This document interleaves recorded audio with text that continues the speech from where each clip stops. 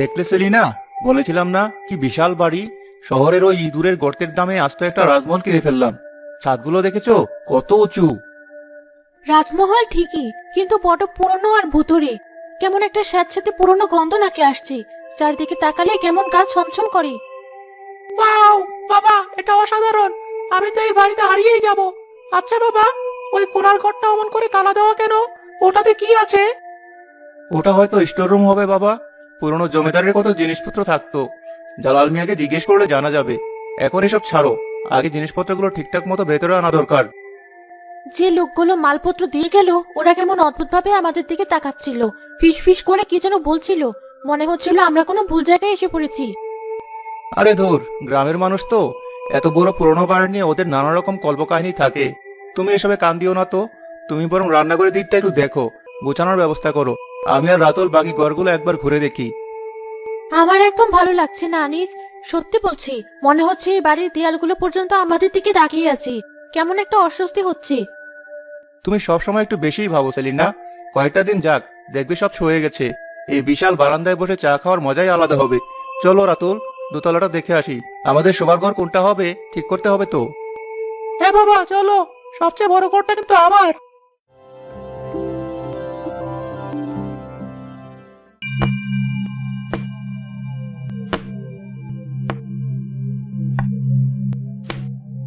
আনিস, আনিস ওঠো, শুনতে পাচ্ছো? কি হয়েছে? এত রাতে ডাকছো কেন? ঘুমাতে দাও। আরে ঘুমাচ্ছ কি? একটা শব্দ হচ্ছে, শুনতে পাচ্ছ না?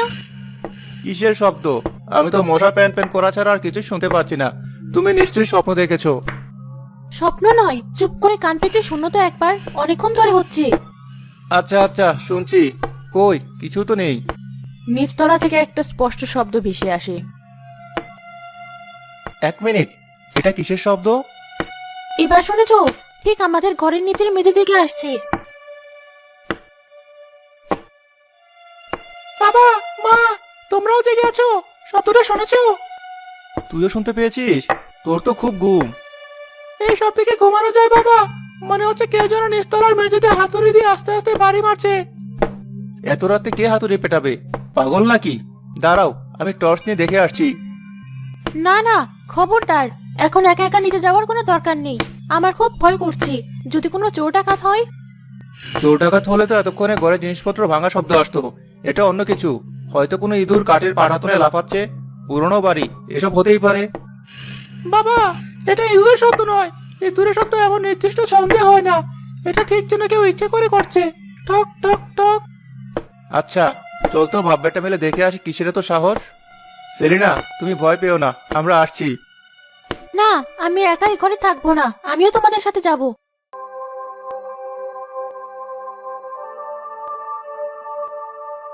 কই, এখানে তো সব শান্ত, কোনো শব্দ নেই। কি আশ্চর্য, আমরা নামতেই থেমে গেল। দেখো, আমার মনে হচ্ছে ঠিক এই জায়গাটা থেকে শব্দটা আসছিল।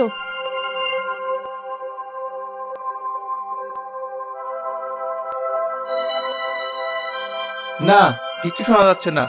বললাম তো কিছু না। চলো এবার শুয়ে পড়া যাক। কাল সকালে সবার আগে জালাল মিয়াকে জিজ্ঞেস করতে হবে ব্যাপারটা।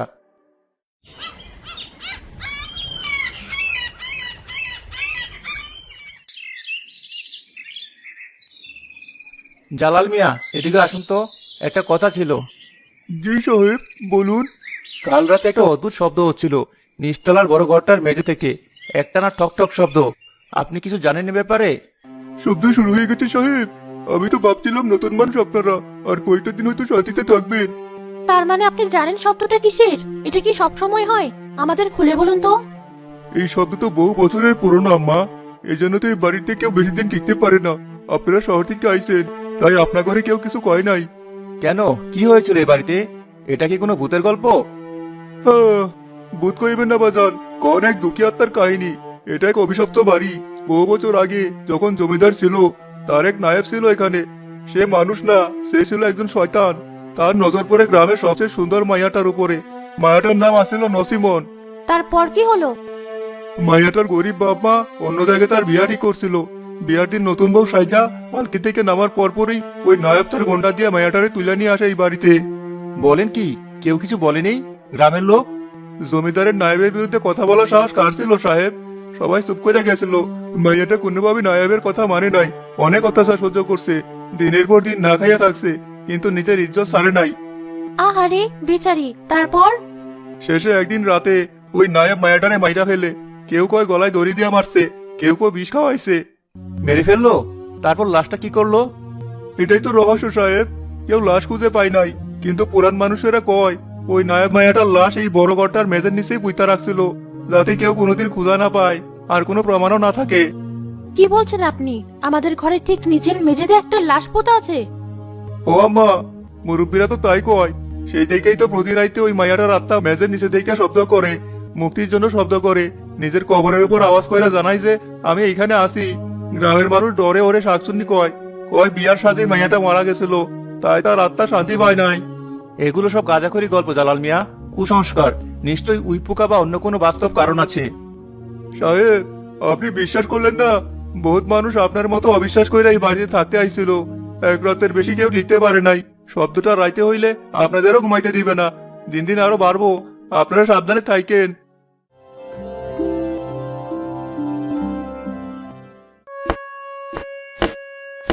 আনিস, আমি আর পারছি না, আমার মাথা ছিঁড়ে যাচ্ছে।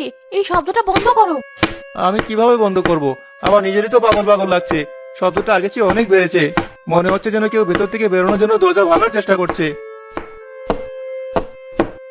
আমরা এই বাড়ি ছেড়ে চলে যাই আনিস, কাল সকালে চলে যাব।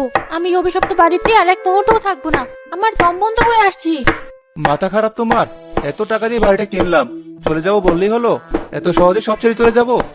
টাকার চেয়ে জীবনের দাম বেশি আনিস। আমরা বেঁচে থাকলে আবার টাকা হবে, এখানে থাকলে আমরা তিনজনই পাগল হয়ে যাব।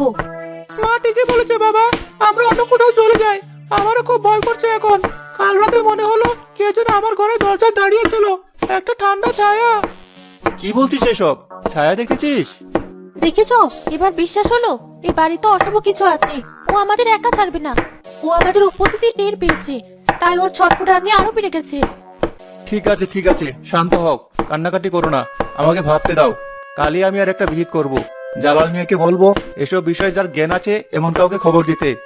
কাকে খবর দিবে? কোনো ফকির বা ওঝা? তুমি তো এসবে বিশ্বাসই করো না।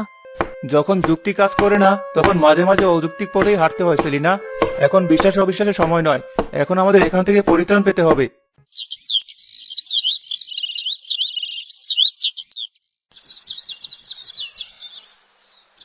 সাহেব, ইনি ফরিদ ফকির। এই তল্লাটে উনার মতো জ্ঞানী আর পরহেজগার মানুষ আর নাই। উনি যা বলার বলবেন। আসসালামু আলাইকুম। আপনি কি ফরিদ ফকির? ওয়ালাইকুম আসসালাম। জি বাবা, জালাল আমার কাছে গিয়েছিল, সব শুনলাম। আপনারা খুব বিপদে আছেন। দেখুন, আমি এই সময় বিশ্বাস করি না, কিন্তু আমার স্ত্রী আর ছেলে খুব ভয় পেয়েছে। শব্দের কারণে আমরা রাতে এক মুহূর্তেও ঘুমাতে পারছি না। যদি এর কোনো বৈজ্ঞানিক ব্যাখ্যা থাকে বা আপনাদের যদি কিছু করা থাকে। সবকিছুর বৈজ্ঞানিক ব্যাখ্যা হয় না বাবা। কিছু জিনিস অনুভবের, কিছু জিনিস বিশ্বাসের। এই বাড়ির বাতাসে আমি পা রাখার সাথে সাথে একটা ভারী কষ্ট অনুভব করেছি। এখানে অনেক কান্নার যন্ত্রণা জমে আছে। আপনি কি কিছু করতে পারবেন? আমরা কি এই শব্দ থেকে মুক্তি পাবো? আমি চেষ্টা করতে পারি, তবে তার আগে আমাকে সেই জায়গাটা দেখতে হবে যেখান থেকে শব্দটা আসে। আমি একা সেখানে কিছুক্ষণ থাকতে চাই।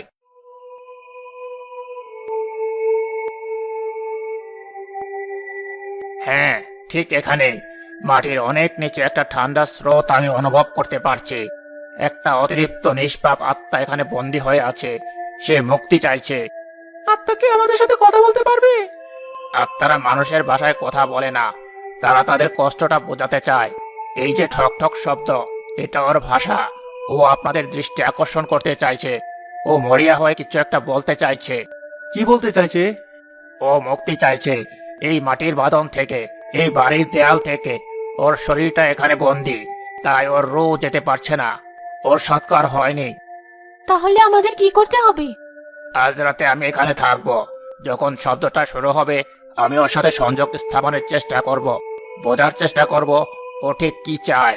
তবে একটা কথা, আমার কাজে কেউ বাধা দিবেন না। আর যাই ঘটুক ভয় পাবেন না, মনে সাহস রাখবেন, সৃষ্টিকর্তার ভরসা।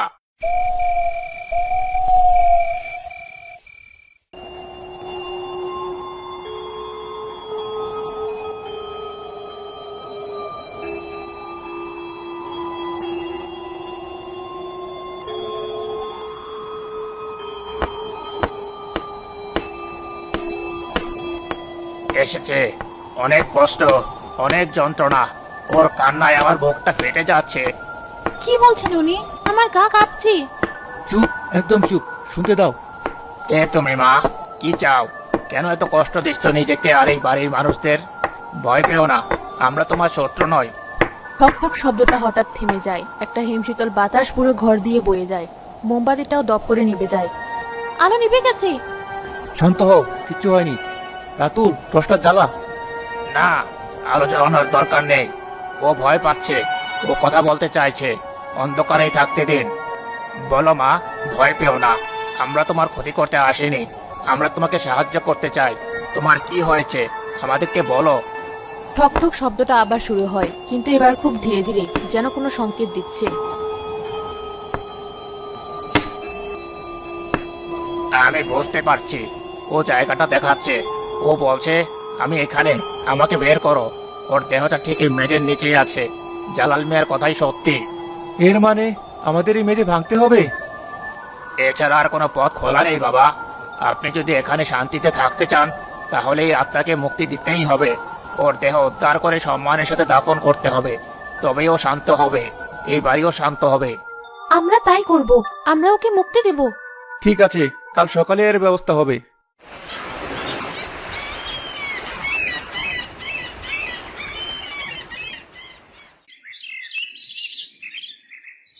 জালাল মিয়া, লোক ঠিক হয়েছে? জি সাহেব, গ্রামের সবচেয়ে সাহসী দুজনকে আনছি, ওরা কাজ শুরু করবে। এখান থেকে খোঁড়া শুরু করো, সাবধানে করবে। বেশি তাড়াহুড়া করার দরকার নেই, খুব সম্মানের সাথে কাজটা করতে হবে। কনকি সাহেব, এই বাড়ির মেঝে ভাঙতো। গ্রামের লোক তো এই ঘরের নাম শুনলেই ডরায়। তোমাদের ভয় পেতে হবে না, যা টাকা লাগে আমি দেব। কাজ শুরু করো।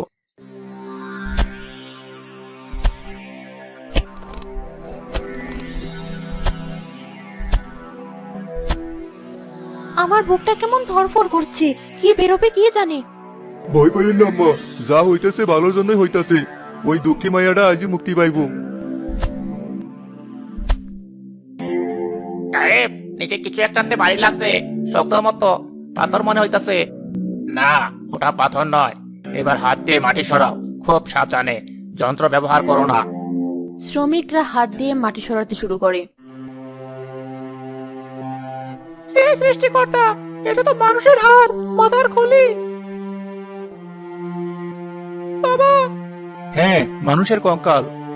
ধীরে ধীরে একটা পুরো কঙ্কাল বেরিয়ে আসে। ইস, বেচারি কি কষ্টেই না মরেছে। ওর আত্মা এতক্ষণ ধরে আপনাদের কাছাকাছি আছে। ও দেখছে, ওর চোখে আর জল। তবে সেটা কষ্টের নয়, মুক্তির। ওর দেহটা খুব যত্ন করে তুলে আনো। ফরিদ ফকিরের নির্দেশনায় কঙ্কালের দেহটা একটা সাদা কাপড়ে মুড়িয়ে খুব সম্মানের সাথে কবরে রাখা হয়। অচেনা আত্মা, তুমি অনেক কষ্ট পেয়েছো। যারা তোমার উপর অত্যাচার করেছে তাদের বিচার প্রকৃতি করবে। আজ আমরা তোমাকে এই মাটির ঘরে সম্মানের সাথে বিদায় দিচ্ছি। তুমি শান্তিতে ঘুমাও। তোমার নতুন যাত্রা মঙ্গলময় হোক। কবরটা মাটি দিয়ে ঢেকে দেওয়া হয়। অদ্ভুত এক প্রশান্তি নেমে আসে চারদিকে।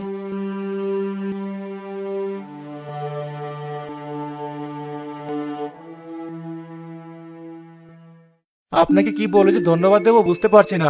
আপনি না থাকলে আমরা হয়তো পাগল হয়ে যেতাম বা বাড়ি ছেড়ে পালাতাম। ধন্যবাদ আমাকে নয়, সৃষ্টিকর্তাকে দিন। আমি তো শুধু ওসিলা। আসল কাজ তো করেছেন আপনারা। সবাই এই সাহস দেখাতে পারে না। এখন এই বাড়ি অভিশাপ মুক্ত।